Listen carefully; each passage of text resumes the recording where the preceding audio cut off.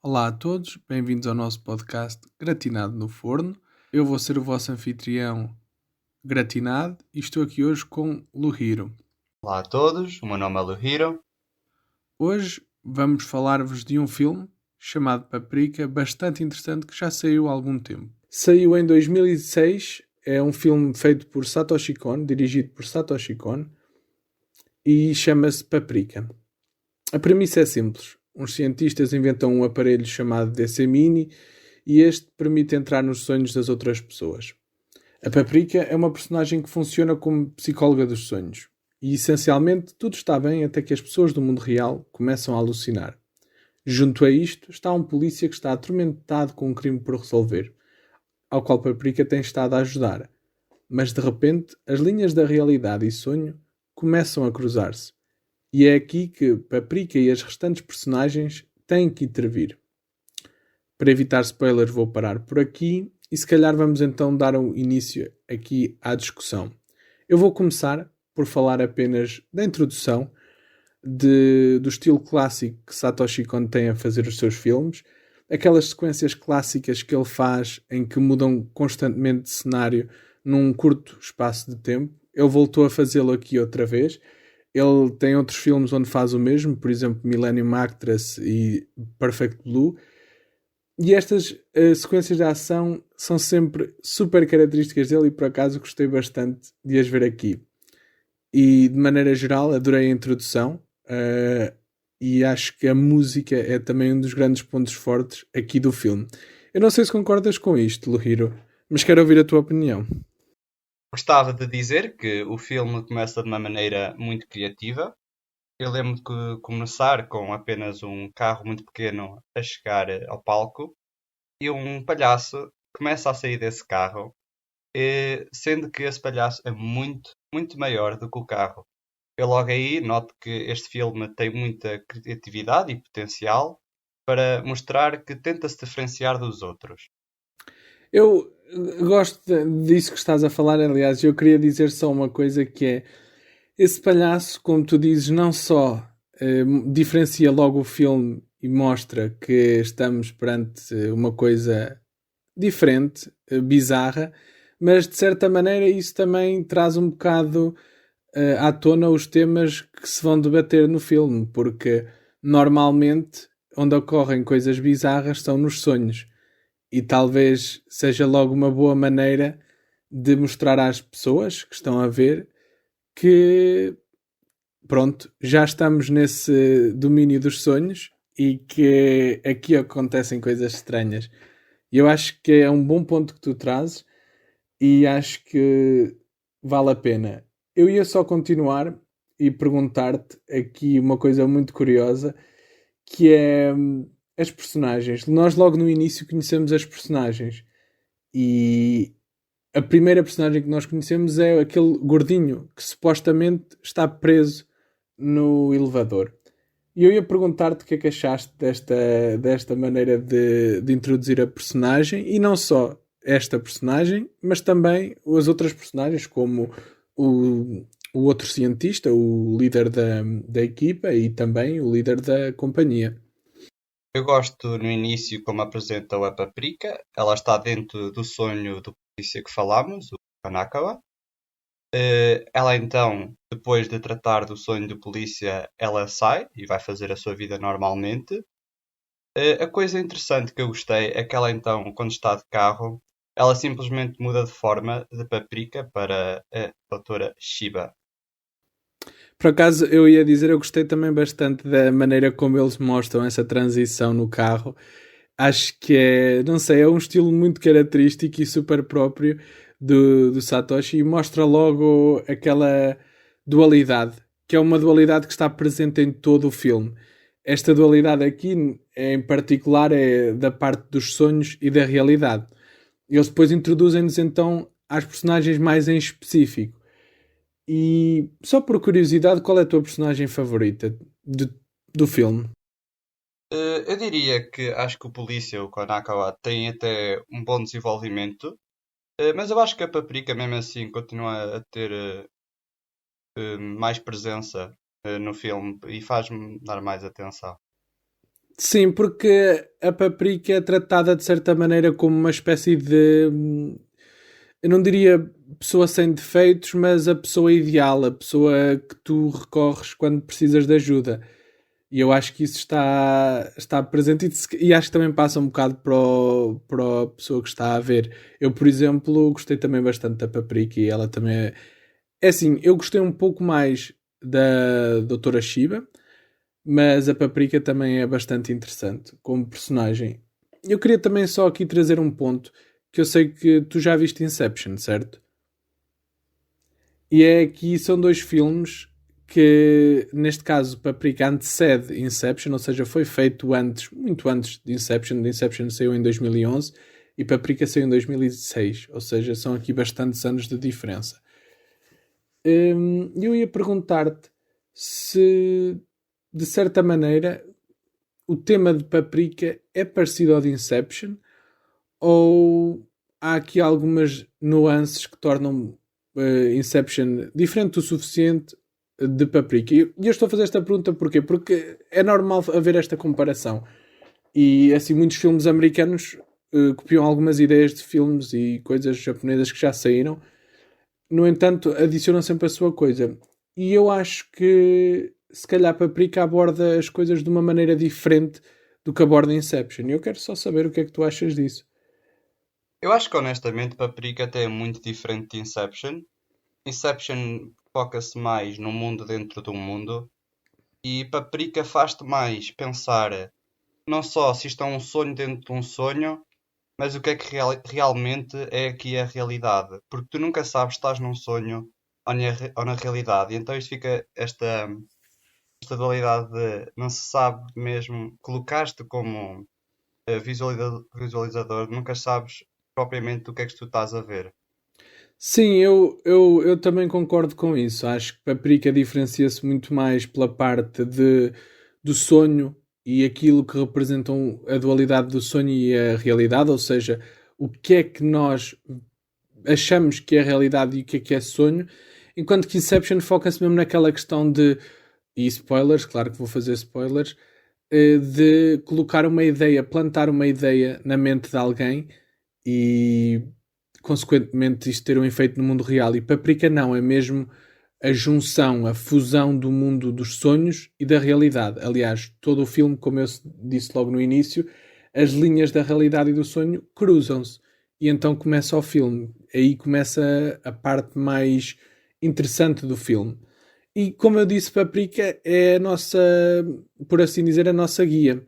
É ela que no mundo dos sonhos interage com as personagens e é ela que faz também a ligação entre o mundo real e o mundo dos sonhos. E logo no início acho muito interessante porque muitos filmes fazem isto, que é aquilo que em inglês se chama o foreshadowing, que é a capacidade, né, de dar a entender o que é que vai acontecer. E logo no início eu achei muito curioso, e não sei se reparaste, e por isso é que eu estou a trazer isto à baila, é a questão do. Eles dizem logo que quando se apercebem que o equipamento deles foi roubado, o DC Mini, é que o aparelho que lhes permite entrar nos sonhos dos outros, eles dizem logo que foi um problema interno. E é curioso porque logo a seguir, depois disso, eles nos introduzem a certas personagens que, sem entrar muito em spoiler, dão logo a entender que talvez elas tenham alguma coisa a ver com isto. Não sei se reparaste nisso, queria apenas perguntar-te. Em termos desse foreshadowing, eu acho que não estou assim tanto por ter sido roubado internamente. O que eu gostei foi que o DC Mini, como sendo um objeto, se pensarmos bem, com muito poder, né, por poder entrar dentro das mentes das pessoas e nos seus sonhos, eu gosto que o seu próprio criador, o gênio Tokita, que foi quem criou esse tal DC Mini, é interessante como apresentou essa personagem, pois ele é basicamente, como eles gostam também de dizer no filme, um gênio em forma de criança. E isto é uma maneira, acho, muito inteligente de tentar, poderíamos dizer, esquivar-se das éticas de tentar entrar em sonhos de pessoas e controlá-lo. O que é que tu achas? Epá, eu gostei agora muito daquilo que disseste, até porque não é só isso. Esta parte de ele ser um gênio que parece uma criança ou que se comporta como uma criança é também interessante porque ele, quando inventa isto, ele diz que a desculpa, por assim dizer, ou o motivo dele era poder partilhar os sonhos dele com um amigo. Ora, isso realmente é uma coisa assim um bocado mesmo à criança. É um comportamento um bocado infantil, mas de certa maneira genuíno e ingênuo também. E por isso acho que essa comparação que tu falaste agora é muito interessante e acho que também tem as suas conclusões que podem ser tiradas daí. Porque de facto ele é um gênio que se comporta como criança e as crianças, nós sabemos, também são caracterizadas por sonharem um pouco mais do que os adultos. E eu acho que o facto de ele ser uma criança adulta lhe permite, se calhar, criar aqui este equipamento que permite entrar nos sonhos e sonhar. Eu agora ia também só falar da parte estética do filme, antes de entrar ainda mais no plot, porque o filme realmente tem muitas coisas interessantes. Toda a parte de saltar nos sonhos, toda a parte da parada, tudo isso são coisas interessantes e visualmente, a meu ver, bonitas. E eu ia só perguntar-te se houve alguma cena que te chamou mais a atenção no filme e pronto, gostava de saber a tua opinião sobre isso. Eu gostei muito de como acho que a dinâmica da personagem da Paprika, como ela conseguia saltar e sair dos sonhos, mas de certa maneira eles conseguiam manter sempre aquele mistério do que é que aquela personagem realmente é, porque tu nunca sabes o que é que a Paprika é até muito tarde, porque tu sabes que a Doutora Shiva é ou não é a Paprika. Ficas sempre a pensar, será que a Paprika é apenas metade da Doutora Shiva ou será que é a Shiva que é metade da Paprika? Sim, eu acho que há uma parte muito interessante e nós agora vamos entrar um pouco mais a fundo na história, por isso vamos eventualmente tocar em alguns spoilers, como já se estava à espera. E há uma cena muito icónica que eu acho, quando eu fiz esta pergunta, na verdade até estava à espera que talvez falasses desta cena, em que ele essencialmente a Paprika é capturada e a pessoa que a capturou basicamente rasga, vamos dizer rasga, para não ser mais gráfico, a Paprika em dois, essencialmente, e lá dentro está a Doutora Shiba. Acho que aí é talvez aquele momento em que se confirma de facto que a Paprika é a Doutora Shiba e que nós, como pessoas que estão a ver o filme, temos a confirmação certa de que de facto é isso que a Paprika é. Mas e eu estou a mencionar aqui esta parte porque eu acho muito interessante esta comparação, porque a paprika, quando é apanhada, ela é apanhada como sendo uma borboleta. E acho que esta cena tem muita aqui metáfora e muita coisa que se pode ser tirada daqui, porque toda a fase da vida de uma borboleta tens a fase da pupa, não é? A fase da lagarta, pupa, borboleta. E é interessante porque por dentro da borboleta que é a paprika temos a doutora Shiba, que é de certa maneira está enclausurada por si mesma e se calhar nem sempre se manifesta como quer e deixa que a paprika faça então as coisas por ela e que voe livremente como uma borboleta. E eu achei esta parte muito interessante de estar simbolizada ali. Ia perguntar-te também se tinhas mais alguma. Porque o simbolismo neste filme é bastante, é enorme. Ia perguntar-te se também tinhas algum simbolismo que tivesses encontrado no filme que te deixasse assim mais intrigado e que estejas curioso, no geral, que seja debatido. Uma coisa que eu achei muito interessante foi, por exemplo, a Paprika estar sempre a dizer que gostava de filmes. Porque o que uma pessoa pode pensar é que em filmes tudo pode acontecer, certo? E isto também está relacionado com sonhos, que é onde ela anda sempre de um lado para o outro. O que eu gosto ainda mais é que, por exemplo, o polícia, o Konakawa, eh, ele também esteve com a Paprika, mas estava sempre a dizer que não gostava de filmes. já não suportava.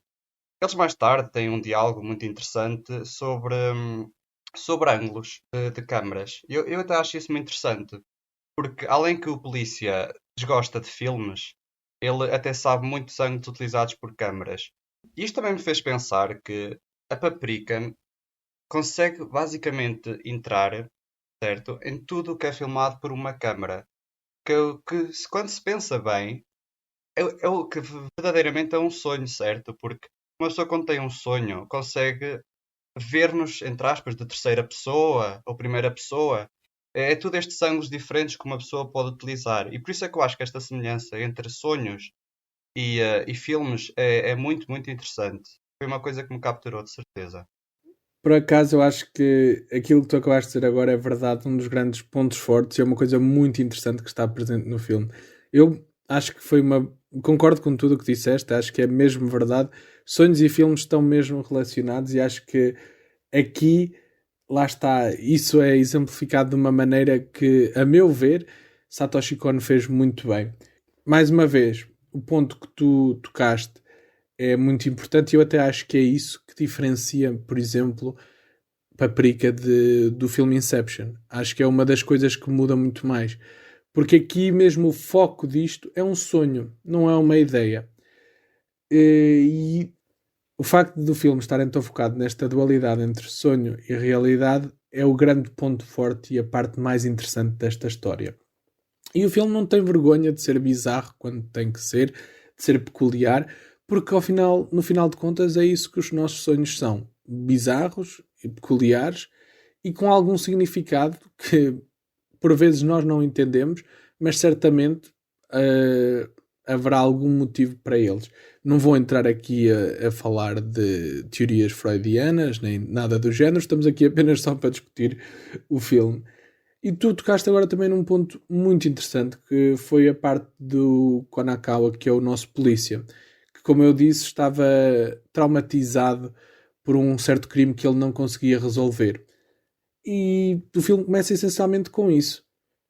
Eu ia também perguntar-te se tu gostaste da maneira como o filme deu uma certa conclusão a isso, porque ele, lá para o fim do filme, ele realmente como é que eu ia dizer, não é? Tem a sua história concluída. Compreende-se porque é que ele sonhava aquilo que sonhava e conseguiu resolver a sua própria história, por assim dizer, o seu próprio filme. E ia perguntar-te o que é que achaste da maneira como isso está feito. Eu acho que, em modo geral, todas as personagens são desenvolvidas e têm a sua conclusão, estão sempre muito bem construídas. O polícia, então, prontos, começa, como tu disseste, atrás de um caso que não consegue resolver. E então, mais tarde, ele teve com a Paprika, e a Paprika, quando se foi embora do sonho, deu um papel para ele ir visitar. Ele então, depois vai a esse sítio, que acaba por ser um site na internet, e aí encontra duas pessoas que fazem parte de um bar. Ele aí fala com eles e tenta sempre, parece que desabafar, tal como às tantas fazia com a Paprika. Ele, depois de desabafar e fazer isso tudo, existe uma parte em que ele está nesse bar e simplesmente vê o número 17, que o faz lembrar de qualquer coisa que ainda não se sabe. Até as pessoas do bar, o gerente, pergunta se tem medo do número 17. E ele começa a pensar porque é que tem medo do número 17. O número 17 claramente fez alguma coisa que o fez mexer. Ele depois lembra-se que o número 17 então foi a idade em que ele tentou fazer um filme e nunca o concretizou. Ele deixou o filme a meio. Lembrando-se então que tinha um colega com quem estava a realizar esse próprio filme.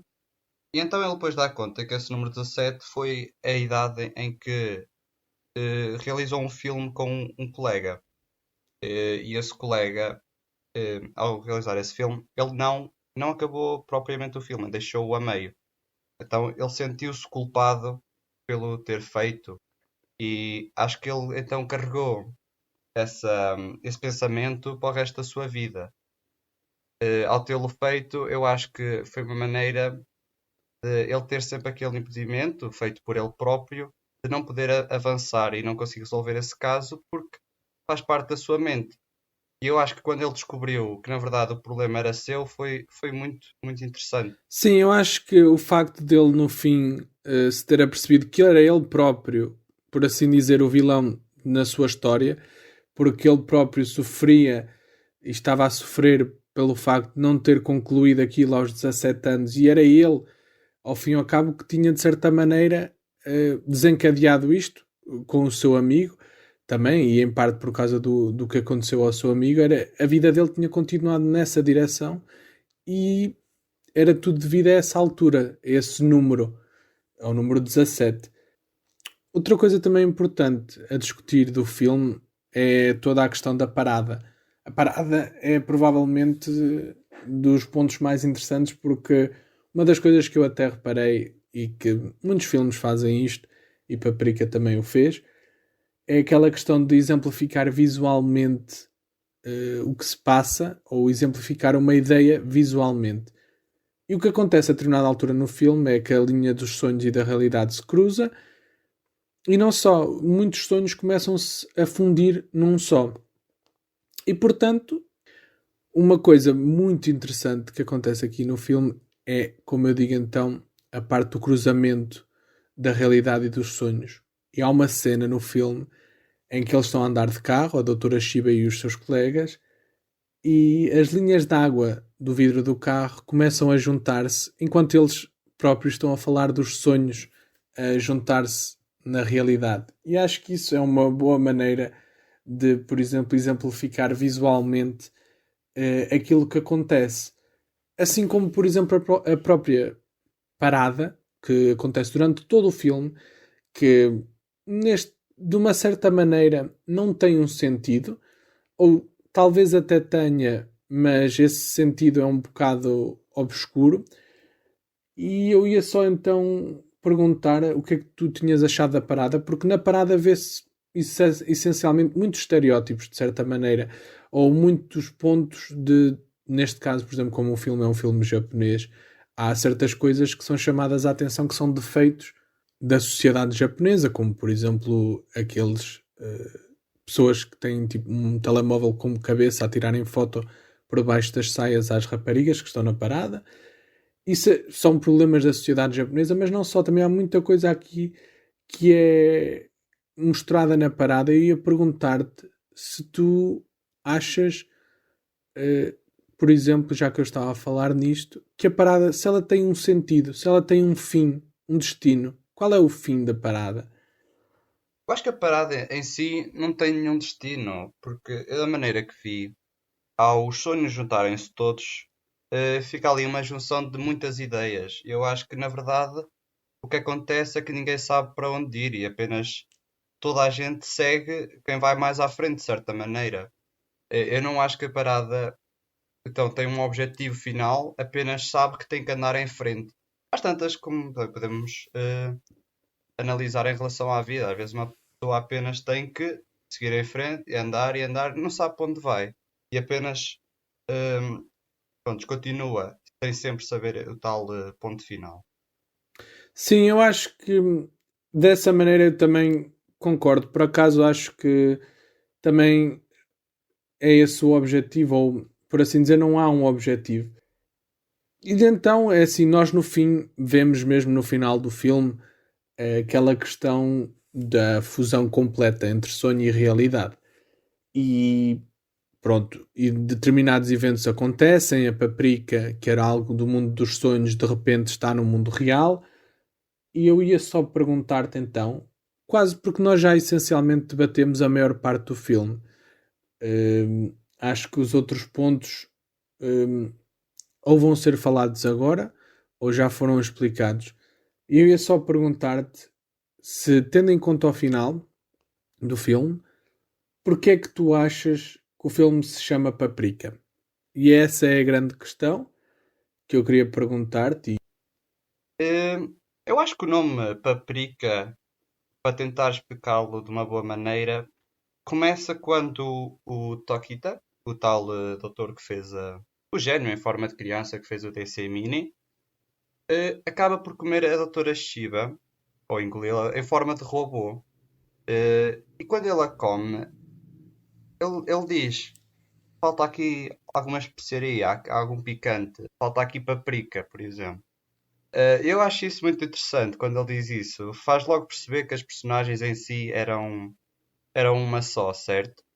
E eu acho que isso que me dá a entender é que, sendo que é tudo um sonho, eu acho que paprika é basicamente uma metáfora para dizer qual é a paprika deste mundo, ou qual é o picante, a especiaria que dá sabor à nossa vida.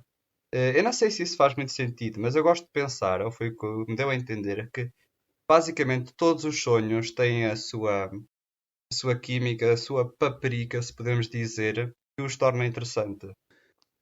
É uma conclusão que eu acho que faz sentido. Eu acho que é talvez a conclusão mais interessante. Eu ia só adicionar algumas coisas, porque o próprio filme, e assim como na vida real, independentemente daquilo que se questiona, aborda no fim a questão do homem e mulher. É uma dualidade, de facto, que está estabelecida, e neste caso fala-se então do homem e a paprika é a mulher.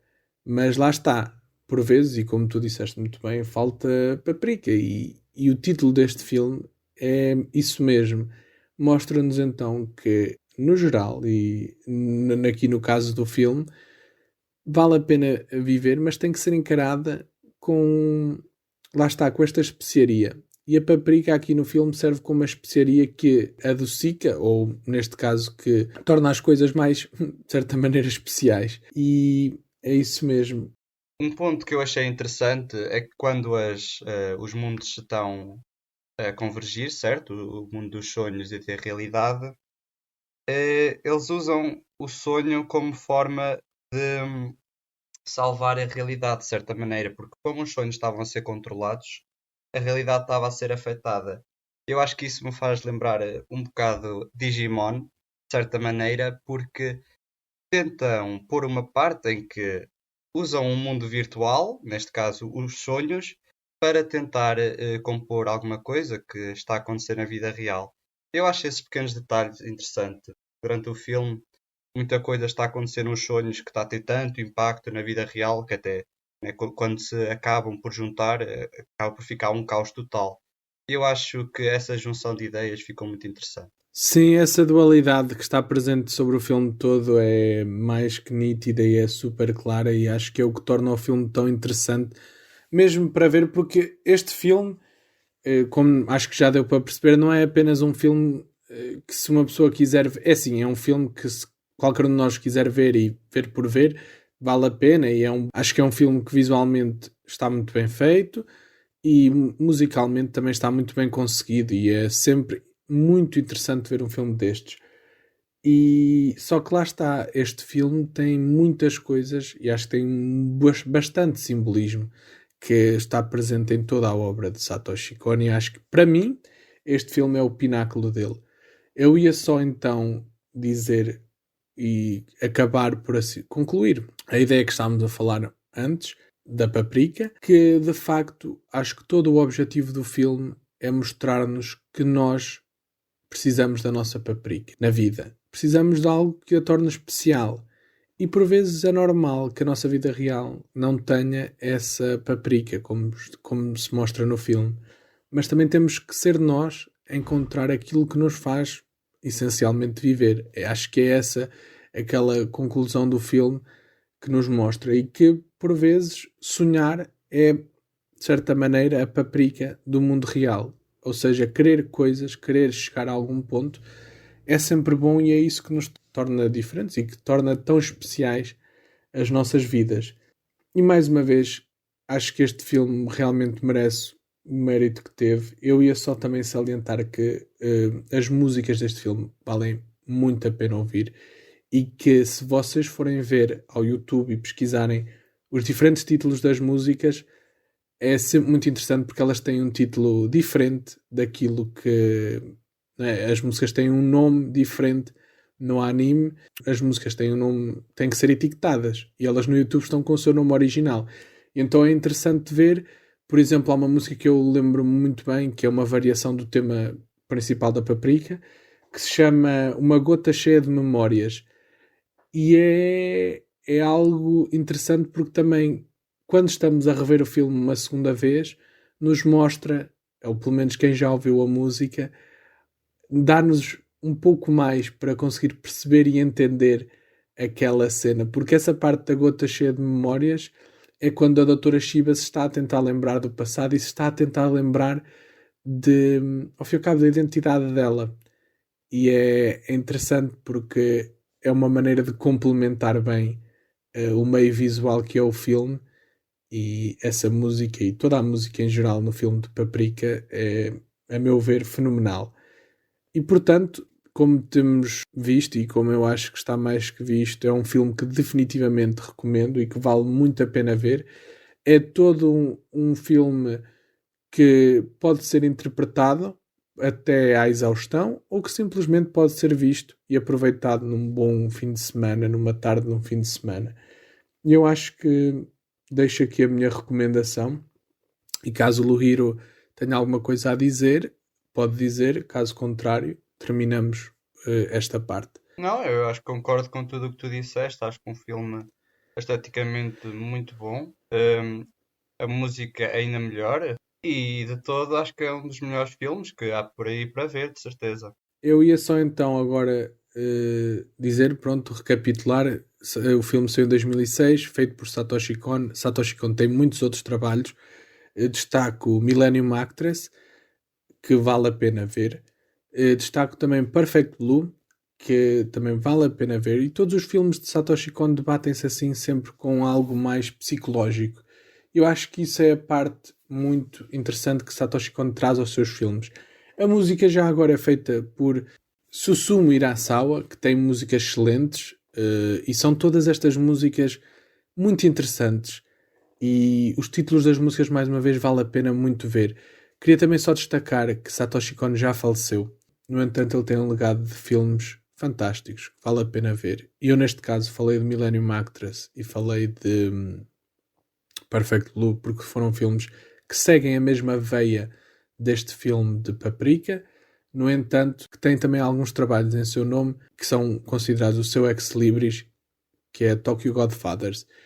E eu acho que ele realmente deixou aqui muito, e acho que, a meu ver, ele destaca-se bastante bem na cultura de filmes japoneses, porque acho que os seus filmes trazem sempre algo de único e de, por assim dizer, mágico, que eu acho que no final de vermos estes filmes nos permitem conhecer um pouco mais sobre nós mesmos. E acho que isso é uma característica de um grande realizador.